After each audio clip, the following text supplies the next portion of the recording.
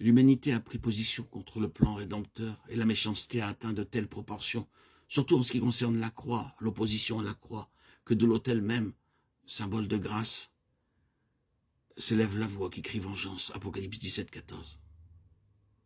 Ils feront la guerre à l'agneau, mais l'agneau les vaincra. Apocalypse 17, 14. Nous voyons ici une succession de tableaux nous montrant les hommes sous la domination des puissances sataniques.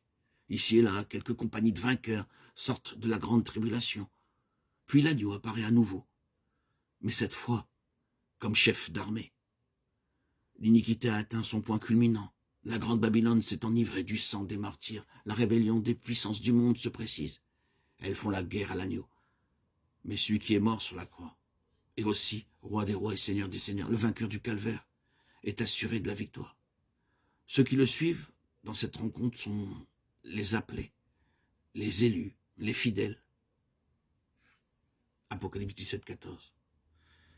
À l'issue de la lutte entre l'agneau et tout ce qui s'élève contre Dieu et son nom, nous entendons dans le ciel la voix d'une grande multitude, comme la voix des grandes eaux qui dit Alléluia, car il est entré dans son règne le Seigneur, notre Dieu. Donnons-lui gloire, car les noces de l'agneau sont venues. Apocalypse 19, 6, 7.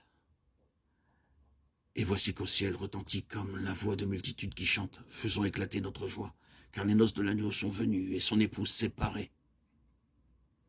Et il lui a été donné de se vêtir de fin lin pur et éclatant, car ce fin lin, ce sont les justices des saints. Apocalypse 19, 11, 12. Les cieux s'ouvrent à nouveau et le Fils de l'homme paraît. Il est couronné de plusieurs diadèmes. Son regard est de flamme, et les armées du ciel le suivent revêtues de fin lin éclatant et pur. Il vient prendre possession de la terre conquise, des royaumes du monde sur lesquels il doit régner pendant 1000 ans. Apocalypse 22. Durant ce laps de temps, Satan est lié et ne peut plus séduire les nations. Les sacrificateurs rois, ceux qui ont été rachetés d'entre les hommes, régneront avec le Christ durant ces 1000 ans. Apocalypse 21, 6. Par-delà le millénium et le jugement dernier, par-delà la destruction du dernier ennemi, la mort, le regard inspiré du prophète, discerne enfin les jours d'éternité et voit dans une terre et des cieux nouveaux, la sainte cité paraît comme une épouse pour son époux. Apocalypse 21, 1, 8. La cité épouse. Et la voix de celui qui est sur le trône crie, voici, je vais faire toutes choses nouvelles. Peu après, la voix retentit encore pour dire, c'en est fait. À ce moment, lorsque les choses anciennes seront abolies, le calvaire sera-t-il oublié? Dans la royauté du Christ, le sacrifice sera-t-il comme oblitéré? Nullement.